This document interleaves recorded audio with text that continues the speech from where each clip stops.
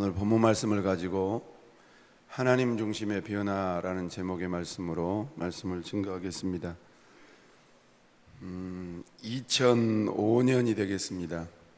지금으로부터 15년 전에 다른 지역이 아닌 광주 지역에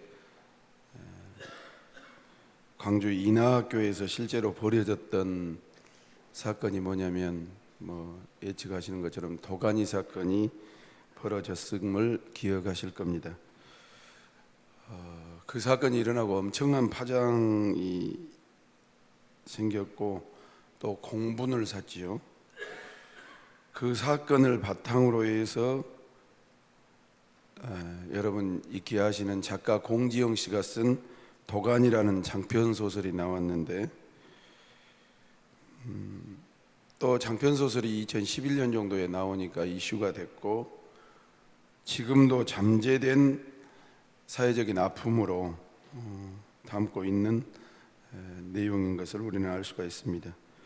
내용이 이렇습니다. 이 책의 내용이 광주의 한 장애인 학교에서 있었던 실제 사건을 바탕으로 작가가 현장을 취재하고 자료를 수집한 뒤에 집필한 사회 고발적인 내용이죠. 그 이야기를 통해서 잘 산다라는 것의 진정한 의미가 무엇인가? 여러분, 잘 살고 싶을 것이고 잘 살아야 될 텐데 진짜로 잘 사는 것이 무엇인가? 작품의 배경은 공지영 씨가 쓴 이 도가니라는 작품의 내용입니다. 원래 광주 옛 이름이 무진주거든요.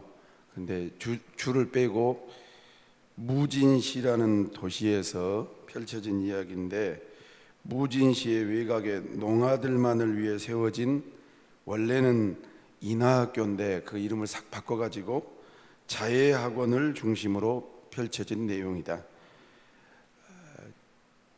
이슈가 되기는 뭐 때문에 됐냐면 강인호라고 하는 사람이 기간제 교사로 자해학원에 부임하면서 자해학원 안에서 오랫동안 은밀하게 진행되었던 범죄가 드러나기 시작했습니다.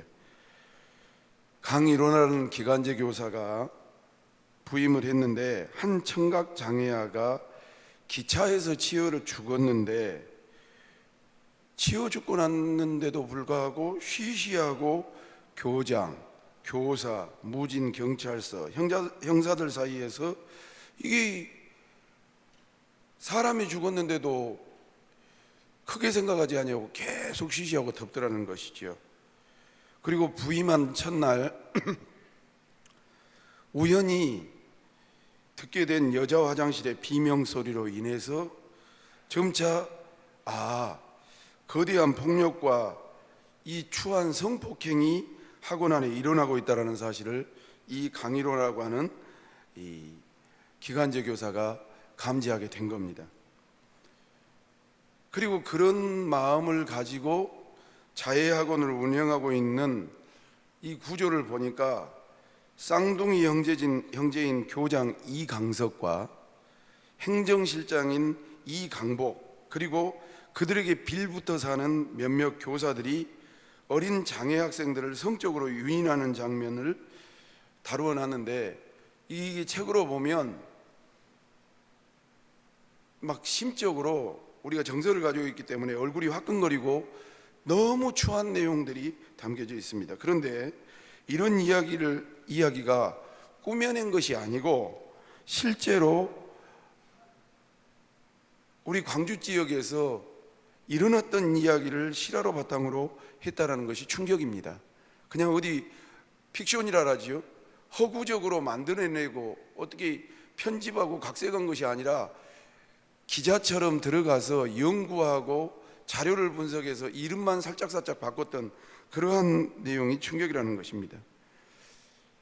이것은 사회적인 문제고요. 더 충격적인 것은 자해학원에서 일어나는 그 추한 범행에 가담한 사람들과 그들을 옹호하는 하고 지원하는 사람들이 교회의 중직자였다라는 사실입니다.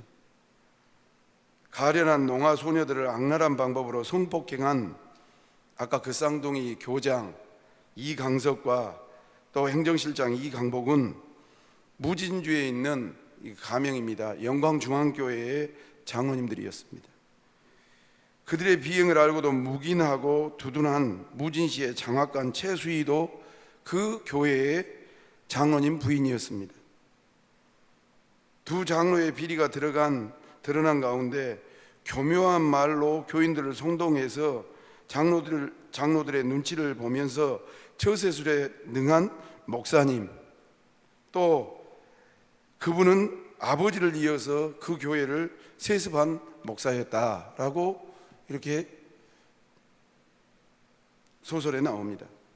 이강석과 이강복 장로의 이중적이고 위선적인 삶이 책에가 나오는데 어떻게 나오냐면 봐보십시오. 그들은 주일 아침에 되면 옷을 말끔히 차려입고 예배를 드립니다. 그리고 헌금도 적은 헌금이 아니라 거액의 헌금을 한 번씩 할 때마다 드립니다. 대피기도 순서가 되면 너무 교인들에게 감동이 될 만큼 거룩하게 기도를 합니다.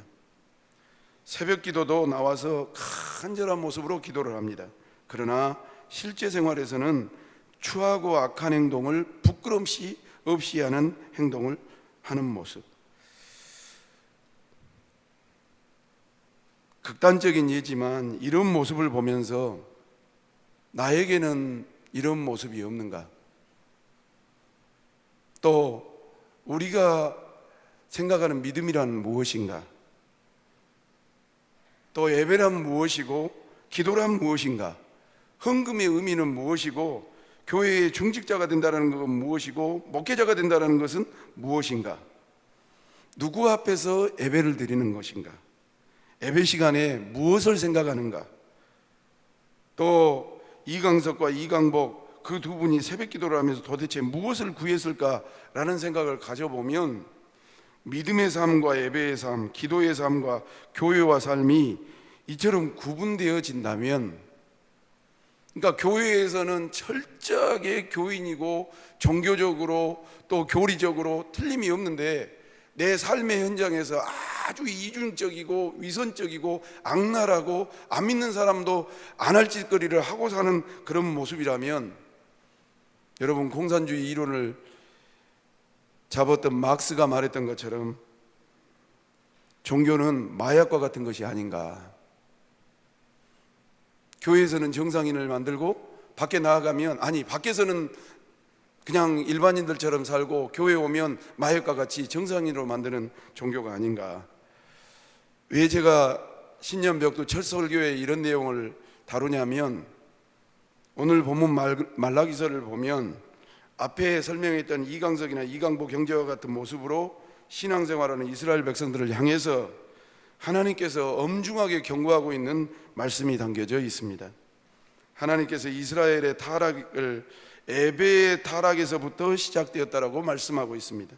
그리고 이스라엘의 영적인 회복은 어디에서 회복되어야 되냐면 예배의 회복에서 나와야 된다라고 요구하시는 것을 강조하기 위해서 이런 말씀을 드리는 겁니다. 사랑하는 성도 여러분, 우리는 모순적인 부분이 있습니다. 또 죄를 안 지를 수 없는 상황 가운데 살 때도 있습니다. 그러나 완전히 이중성을 가지고 지킬 박사와 하이드라라지요, 지킬 박사처럼 아주 고상하고 정말 매너가 좋은 사람이었다가 어떤 상황이 되면 하이드가 되어서 잔인하고 포악하고 위선적인 사람으로 됐다면, 오늘 이 말씀을 들으시고 하나님 중심적인 변화를 갖는 우리 중앙장로교회 성도들이 되시기를 주님의 이름으로 축원합니다. 이것은 성도들에게 뿐만 아니라 저에게도 주어진 숙제이고 과제입니다. 말라기서 말씀을 쭉 읽는 가운데 1장 6절로 14절 말씀, 말라기서 1장 6절로 14절 말씀을 뭘로 봐봤냐면, 쉬운 성경으로도 봐보고 뭡니까? 공동번역 성경, 캐톨릭하고 이 개신교하고 1970년대에 처음 WCC 하면서 종교다원주의적인 차원에서 한번 우리가 성경을 접근해보자 해가지고 쓴 책이 있습니다.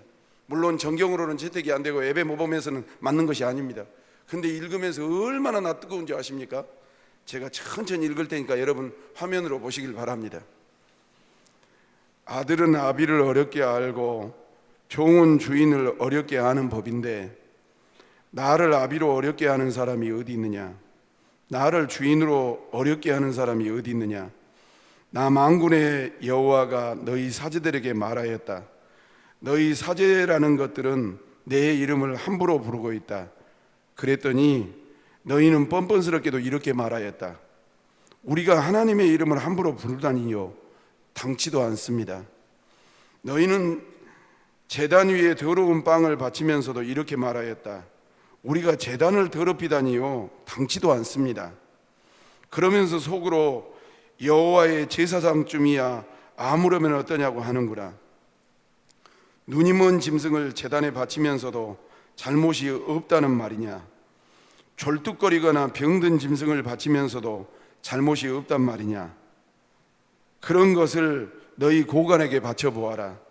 나 만군의 여호와가 말한다. 그러고도 융숭한 대접을 받을 것 같으냐? 그따위를 바치면서 긍휼을 빈다고 너희를 곱게 보아주겠느냐? 너희는 내 제단에 공연히 불을 피운다. 그러지 못하도록 아예 문을 닫아 걸었으면 좋겠구나. 너희가 하는 짓이 나는 전혀 마음에 들지 않는다. 만군의 여호와가 말한다. 너희가 바치는 제물이 나는 조금도 달갑지 않다. 나의 이름은 해 뜨는 데서 해 지는 데까지 문민족 사이에 크게 떨쳐 사람들은 내 이름을 부르며 향기롭게 제물을 살라 바치고 깨끗한 곡식 예물을 바치고 있다. 만군의 여호와가 말한다.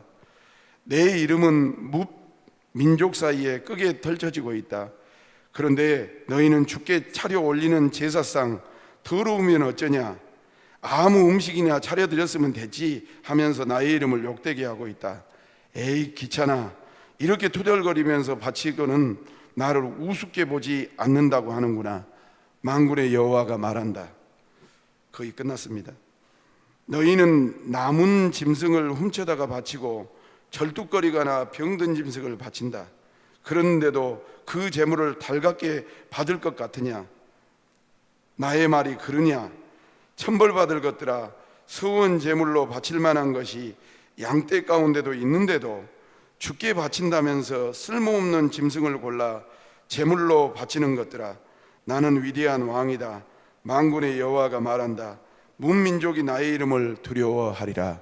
사랑하는 성도 여러분, 우리가 섬기는 하나님은 죽은 하나님이 아니라 살아서 우리의 생각과 우리의 내면까지 꿰뚫어 보시는 하나님인 것을 명심하시기를 주님의 이름으로 축원합니다. 영어에 보면 예배라는 단어가 다 아시는 것처럼 worship이라는 단어입니다. 이 말은 두 가지 합성어인데요, 가치라고 쓰이는 월스하고 배, 타는 배를 말합니다. 또는 나르다, 수송한다라는 뜻의 ship이 합해져서 만들어진 단어입니다. 월십이라는 뜻이죠. 가치를 나른다, 가치를 수송한다, 그런 뜻 아닙니까? 이 뜻은 무엇이냐면 가장 가치 있는 것을 전달한다라는 의미입니다. 그래서 예배라는 단어에는 예를 갖추어 절한다라는 뜻도 포함되어 있습니다. 예배는 우리에게 있어서 가장 가치 있는 것이고 의미가 있는 것이고 하나님 앞에 엎드려 경배하는 의미가 있다는 사실을 우리는 기억해야 됩니다. 사랑하는 성도 여러분, 내가 세상에서 어떤 일을 하고 또 얼마나 부를 쌓고 내가 가진 지식이나 경험이 아무리 많다 할지라도 만군의 여호와의 이름 앞에 우뚝 설 수 있는 인생이 단 한 사람도 없음을 기억하고, 방금 말씀드렸던 것처럼 예배 나올 때마다 예를 갖추어 하나님 앞에 절할 수 있는 우리 중앙장로교회가 될 수 있기를 예수님의 이름으로 축원합니다. 우리 어린아이들도 마찬가지입니다. 제가 주일학교를 참 못 가봐서 참 죄송한데, 어린 영아들은 어떻게 예배할까? 우리 유치부는 어떻게 예배할까? 우리 유초등부는 어떻게 예배할까? 우리 중고등부는 어떻게 예배할까? 우리 청년대학부는 어떻게 예배할까? 제가 눈으로 보지를 못하니까 항상 염려하고 걱정스러운 마음이 있습니다. 그분들은 정말 엎드려서 경배할까? 사랑하는 성도 여러분, 아무리 목회를 잘하는 목사나 카리스마가 강하고 부흥을 많이 주도했던 목사라 할지라도 그분이 경배의 대상이 아닙니다. 이 앞에 서 있는 목사도 마찬가지입니다. 누가 행정을 잘하고 누가 돈을 많이 벌고 누가 말을 잘하고 누가 지식을 갖고 그분이 경배의 대상이 아닙니다. 우리의 예배를 받으시는 유일한 분은 만군의 여호와 하나님밖에 없는 줄로 믿으시기를 주님의 이름으로 축원합니다. 그것을 자녀들에게 알려주어야 됩니다. 그것을 형제간들에게 알려주어야 되고 그것을 성도들에게 알려주어야 되는 것입니다. 예배는 우리에게 있어서 가장 가치가 있고 의미가 있고 하나님 앞에 엎드려 경배하는 의미를 가지고 있습니다. 가장 소중하고 가치 있는 분이신 하나님을 향해서 예배드리는 모습은 정성스러운 모습이 되어야 됩니다. 그런데 이스라엘 백성들은 하나님 앞에 제사 즉 예배드린다고 하면서 전혀 예배자의 거룩함과 신실함이 없었습니다. 도리어 예배를 통해서 하나님의 이름을 망령되게 하는 모습이 있었습니다. 진정으로 하나님을 사랑하고 예배를 소중하게 여기는 사람은 예배를 정성스럽게 드리기 위해서 여러분의 예배 시간을 늦추지 않도록 부지런히 준비한다는 사실을 기억하고, 요즘 사회가 바쁘고 또 교통편이 막혀서 참 애로가 많습니다만 정말 예배를 준비할 수 있는 우리 중앙장로의 온 성도들이 될 수 있기를 예수님의 이름으로 축원합니다. 우리 옆 사람하고 인사하십시다. 예배를 준비하면서 합시다. 시작. 예배를 준비하면서 합시다. 한 번 더 하십시다. 앞뒤 좌우로 예배를 정성스럽게 드립시다. 시작. 예배를 정성스럽게 드립시다. 동의하시면 아멘 하십시다. 하나님 앞에 헌금을 드리는 순간을 마음으로 내키는 대로 드리는 것이 아니라 정성스럽게 준비해야 되지요. 또 복장을 입는 것도 대충 입어서는 안 되지요. 부득이한 경우가 있겠습니다만 하나님 앞에 나올 때 단정한 모습으로 예배에 임해야 되지 않겠습니까? 예배 시간 시작에서부터 끝날 때까지 순서 하나하나에 집중하면서 정성을 다해야 됩니다. 이 시대를 같이 사는 사랑하는 성도 여러분, 그러면서 제가 예배에 대한 이런 간증이라든지 설교를 쭉 했는데, 준비를 해봤는데, 설교집을 찾아봤는데 얼마나 뜨끔한 내용이 있는 줄 아십니까? 예전 신앙의 선배들의 예배드리는 모습을 생각하면서 기록한 글인데요, 어떤 목사님이 자기 어머니를 소개했더군요. 큰 교회를 목회하시는 목사님이고 지금도 그 어머니가 살아계신가 봅니다.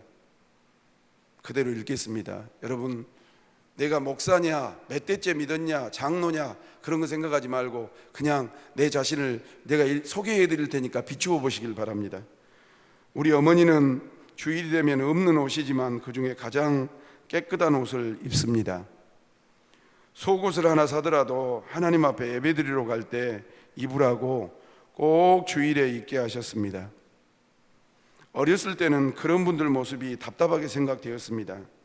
온갖 어려운 일을 하시면서 사시는 분들인데도 일을 마치고 집에 돌아오시면 그날에 벌은 돈 가운데 가장 깨끗한 돈을 챙기셔서 헌금을 준비하셨습니다. 깨끗한 돈이 없을 때는 다리미로 다려서 헌금을 준비하셨습니다. 또 우리 어머니는 글을 모르시는 분이셔서 그러신지는 몰라도 예배 시간 거의 1시간 전에 나가서 주보에 나오는 글씨를 보시고 그림을 맞추시다시피 하여 성경 본문과 찬송을 미리 찾아 놓으셨습니다. 한글을 모르기에 찬송과 가사를 모르면서도 어떻게 해서라도 불러보시려고 입술을 여셨습니다. 나중에 찬송을 하도 많이 불러서 기억하게 되면 그 한 곡조로 모든 찬송을 불렀습니다. 그러나 찬송을 부를 때마다 끝은 아멘이었고 우리 어머니의 눈에는 눈물이었습니다. 성경을 읽을 수가 없어서 하나님의 말씀을 한 번이라도 더 들어야 말씀을 기억한다고 하면서 예배는 다 드리십니다.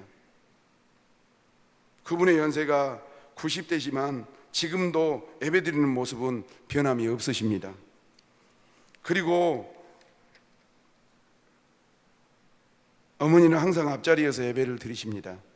그런데 한 번은 어떤 분이 말씀을 하시더랍니다.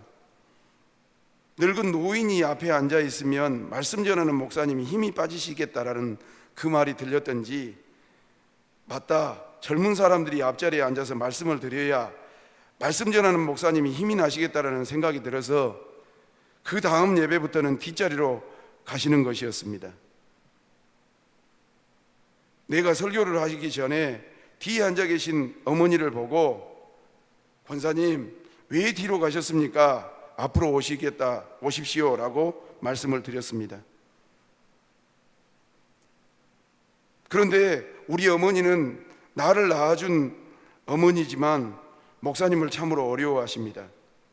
아무 말도 못하고 고개를 숙이고 있는데 목사님이 오시라는, 아들 목사님이 오시라는, 앞으로 오시라는 말씀을 다시 말씀하셔도 수줍어 하시면서 앞으로 나가지 않으시니 난감해서 아들인 목사인 내가 강대상에서 내려와서 어머니 계신 곳으로 가서 어머니를 일으켜서 권사님 성경과 찬송을 들고 앉으시던 앞자리로 인도해 여기에 앉으시라고 하시며 앉히셨더니, 그리고 강단에 올라가서 하시는 말이 권사님이 앞자리에 앉으셔서 일부부터 저녁 예배까지 한 번도 졸지 아니하고 바른 자세로 설교를 주시는 모습이 말씀 전하는 목사인 저에게 얼마나 큰 힘이 되신지 아마 어머니는 모르실 겁니다 라고 했더니 그제서야 고개를 끄덕이셨다. 그 뒷말이 더 아픕니다. 성가대도 졸고 장로님도 졸고 예배드리는 가운데 눈을 감고 조는 성도들은 많은데 우리 어머니 권사님은 90이 넘어서도 두 눈을 똑바로 뜨고 말씀을 들으며 아멘으로 받는 모습이 목사에게 얼마나 큰 힘이 된지 모른다. 어머니 권사님은 그 자리에서 예배를 드리며 설교하는 저에게 힘이 되어 주셔야 된다는 말에 제 같은 것이 무엇인데 힘이 되냐고 말씀하신다. 제가 이 말씀을 예화가 아니지요. 자기 어머니를 생각하고 적은 내용이지요. 아, 맞아. 옛날 교인들 그랬어. 나 전도사 때만 돼도 저 뒤에서 노인들 한 4-5분이 와서 왜 그렇게 오셨을까요? 2시간 전부터 그냥 음도 틀리는데 그렇게 찬송하고 있고, 예배 30분 전 되면 앞에부터 앉으셔서 그냥 찬송 인도하시는 젊은 전도사님들이 예배 인도할 때까지 성경 보고 주보 찾고 기도하고. 사랑하는 성도 여러분, 이런 어른 세대들이 살 때보다 우리는 더 많이 배웠고 많이 가졌고 바쁘고 그렇습니다. 그러나 그렇게 많은 시간을 할애할 수 없고, 또한 일부러 우리가 글을 모를 수는 없고, 또한 우리가 일부러 내 자리를 포기하고 다 앞자리만 앉으라는 소리는 아니지만 저는 지금 고백할 수 있다고 생각합니다. 저와 여러분들이 어리석고 부족하지만 이만큼 목회하고 신앙생활을 할 수 있었던 것은 그런 권사님, 집사님, 부모님, 교회를 극진히 사랑하고 어리석어 보일 정도로 정성을 다해서 하나님 앞에 예배드리는 믿음의 그 덕 때문에 우리 한국교회와 저와 여러분들이 여기까지 온 줄로 믿습니다. 경종을 울려야 된다고 생각합니다. 앞자리 피하고요, 예배 시간 준비 안 하고요, 아는 말씀이니까 후려치고요, 말씀 판단하고요, 좋은 징조가 못 됩니다. 오늘 본문 하나님은 장차 오실 메시아에 대해서 말씀하시면서 하나님의 사자를 먼저 보내시겠다고 말씀하셨습니다. 1절 다 같이 보겠습니다. 시작. 만군의 여호와가 이르노라, 보라 내가 내 사자를 보내리니 그가 내 앞에서 구하는 바 주가 갑자기 그의 성전에 임하시리니 곧 너희가 사모하는 바 언약의 사자가 임할 것이라. 신천지에서는 언약의 사자를 이만이라고 합니다. 우리 회중 가운데는 저보다 더 신앙의 연조가 깊으신 분들이 계시니까 제가 감히 조심스럽게 말하지만, 여러분, 순교자가 우리 한국교회에 얼마나 많이 나왔습니까? 여러분 모교회 생각해 보십시오. 언약의 사자가 이만희예요. 그때 이만희는 뭐 했답니까? 일정시대 때는 뭐 했고 6.25 때는 뭐 하고요. 그러나 우리 한국교회, 여러분 출신 교회에 일정시대 때 태창으로 찔려 죽였던 성도들이 있습니다. 목에다가 돌을 메고 예수 믿는 것 때문에, 여러분 들어오는 이 밀물 때문에 꾸역꾸역 하면서 바닷물을 먹고 죽었던 성도들이 있습니다. 껍질을 벗겼던 성도들이 있고요, 총을 맞아 죽었던 성도들이 있고, 그 시신을 찾지 못해서 교회 앞마당에서 하나님, 내 자식, 내 남편 시신만이라도 좀 찾게 해주라라는 그러한 고백을 하는 성도들의 눈이, 그 모습이 지금도 내 눈에 선합니다. 사랑하는 성도 여러분, 언약의 사자는 이만희를 말하는 것이 아닙니다. 메시아가 오기 전 하나님의 사자를 보낸 메시아의 앞길을 준비하라고 하는 누구를 말하냐면 세례 요한에 대해서 이야기하고 있는 것입니다. 세례 요한은 예수님의 사역하실 수 있도록 길을 예비하는 것입니다. 사랑하는 성도 여러분, 우리 사는 날 동안 주의 복음을 좀 열심히 증거하는, 또 하나님의 사람이 어떤 사람이고 믿음의 사람이 어떤 사람이고 예배의 사람이 어떤 사람인가를 좀 다시 재정립하셔서 다시 세울 수 있는 우리 모두가 될 수 있기를 주님의 이름으로 축원합니다.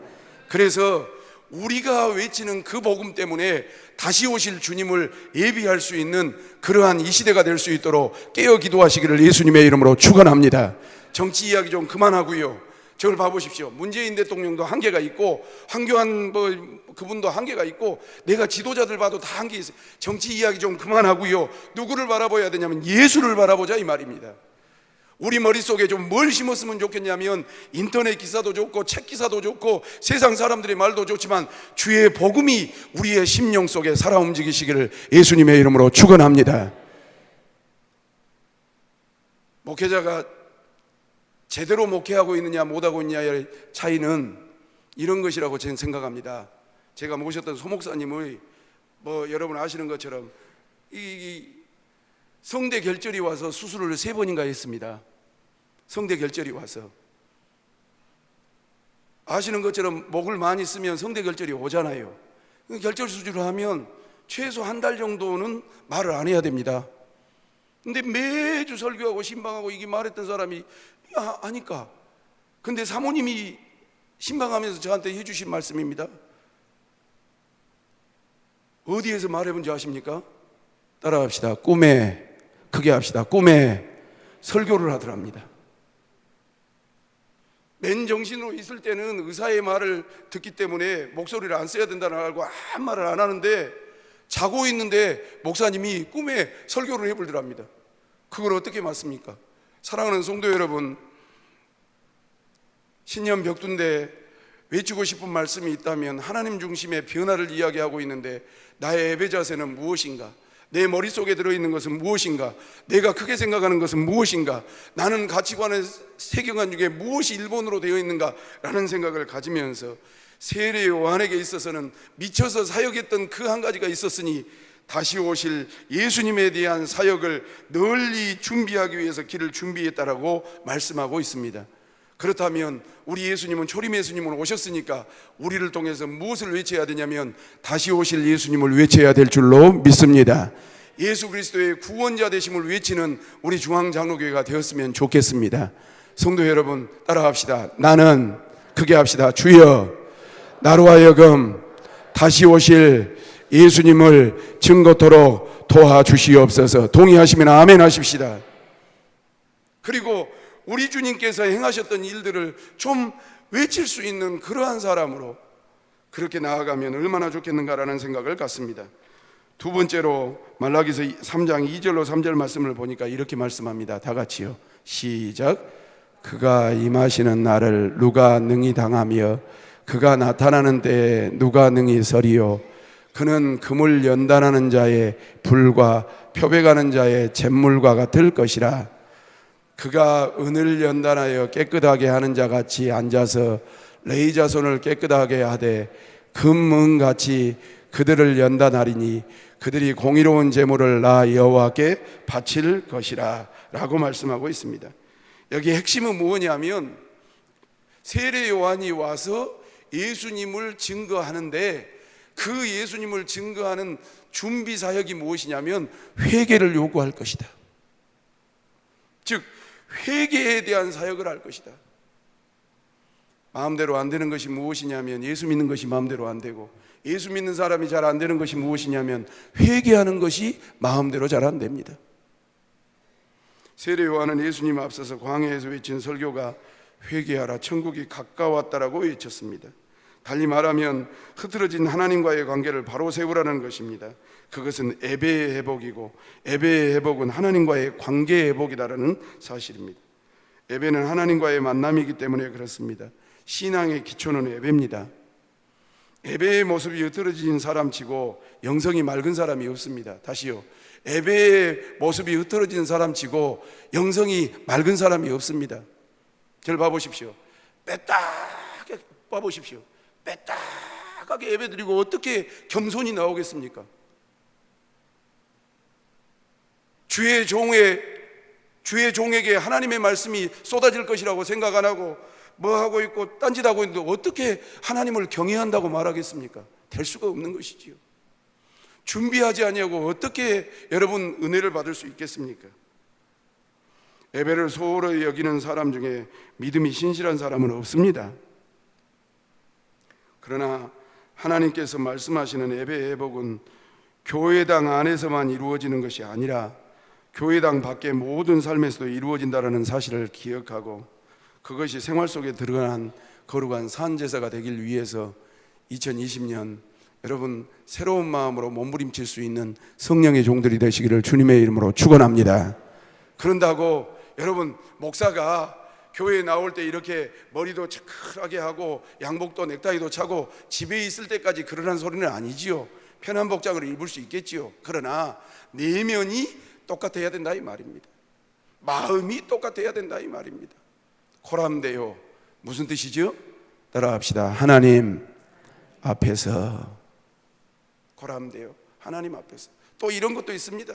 사람이라 연약할 때가 있죠. 어떨 때는 좀 스트레스를 풀어야죠. 목욕탕 같은 데 가서 그럴 때가 있어야 됩니다만, 그런다 할지라도 죄지면서 풀어서는 안 된다는 말씀이지요.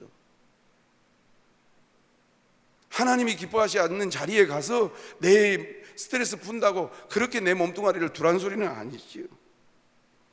우리들이 교회에서 예수의 이름으로 모여서 예배가 거룩한 모습으로 회복되는 은혜가 있어야 된다면, 예배를 통해서 임하신 하나님의 은혜를 덧입어서 우리의 삶의 자리가 하나님의 정신으로 다스려지는 거룩한 산 제사의 장이 될 수 있기를 주님의 이름으로 축원합니다. 짧은 말씀 전했습니다만 이 말씀 마음에 깊이 새기고 설교 마칩니다. 정리합시다. 저를 보십시오. 제가 처음 설교를 뭘로 말씀을 드렸냐면, 우리 광주 지역에서 있었던 인하학교에서 15년 전에 있었고, 또 그것을 공지영 작가라고 하는 우리 한국의 대표적인 소설 작가가 쓴 도간이라고 하는 책을 했습니다.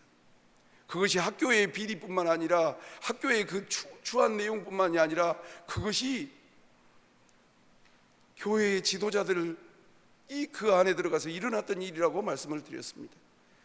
그런 추악한 상황이 언제 이루어졌냐면 말라기 시대에 이루어졌다라고 말씀을 드리고 있습니다. 그러면서 누구 소개했냐면 공동번역 성경을 가지고 1장 6절부터 16절까지 쭉 읽었습니다. 절뚝거리는 것을 드리면서 내가 받을 줄 아느냐? 눈이 병들어 있는 것을 너희들 가운데 충분히 드릴 수 있으면서도 그것을 내가 받을 줄 아느냐? 이 가증스러운 놈들아 라는 주님의 음성을 들어야 되고, 반대로 한 목사님의 그 어머니의 신앙, 비록 글도 몰라, 냄새나 늙어, 그렇지만 옷 입는 것이나 속옷 준비하는 것이나 시간 관리하는 것이나 헌금 준비하는 것이나 예배 드리는 것이나 모든 면에서 성경 읽는 것이나 기도하는 것이나 그런 것에 대한 초창기 그리스도인들의 모습, 그러면서 오늘 세례 요한과 같이 우리가 준비하는 자가 되어야 되는데, 무엇을 준비해야 되냐면 우리 안에 하나님 중심적으로 예배상 가운데 정리되지 못한 그러한 모든 것들을 쏟아놓고 회개하라 하신 이 말씀을 기억하고, 어떻게 회개할 것입니까? 철저하게 하나님 앞에 교만하고 준비하지 못하고 거만스럽게 드렸던 것을 다 쓸어버리고 예수의 보혈로 다 씻어버리고, 아멘 합시다. 씻어버리고, 방금 말씀드렸던 것처럼 예배당 안에서나 예배당 밖에서나, 내가 목사로 있을 때나 집에 들어가서 아빠 엄마로 있을 때나 똑같이 하려고 몸부림치셔서 죄악 가운데 거하지 아니하고 하나님과 교통할 수 있는 2020년이 될 수 있도록 몸부림치셔서 주 앞에 서는 날 우리의 모습뿐만 아니라 우리가 동시대에 사는 많은 사람들에게 영광이 되고 덕이 될 수 있는 우리 모두가 될 길을 위해서 애쓰시기를 주 예수님의 이름으로 축원합니다. 기도하겠습니다. 하나님 아버지, 설교하는 나 자신부터 믿음이 필요합니다. 경건함이 필요하고 또 하나님 풀어진 신앙 첫사랑이 하나님 나사를 조이는 것처럼 꽉 조여져서 주를 경외하며 언행심사 교회 안에서나 교회 밖에서나 하나님 내 속이나 밖이 성령의 새 사람으로 회개되어 새롭게 덧입는 귀한 종들이 될 수 있도록 주님 인도하여 주시옵소서. 그래서 하나님 우리 교회에서 드려지는 성도들의 예배가 삶이 되게 하시고 삶의 예배가 교회에 와서 하나님께 향기롭게 드려지는 제사가 될 수 있도록 하나님과 교통하는 우리 중앙장로교회 될 수 있도록 주여 긍휼을 덧입혀 주시옵소서. 예배에 생명을 걸기를 원합니다. 하나님이 계신 자리입니다. 하나님을 붙잡는 자리입니다. 하나님께서 응답해 주시는 자리입니다. 한 사람도 내가 드린다고 생각하지 않게 하시고 신령과 진정으로 예배드리는 우리 모두가 될 수 있도록 2020년 승리케 하여 주옵소서. 주의 도우심을 구하며 예수님의 거룩하신 이름으로 간절히 기도 올리옵나이다. 아멘.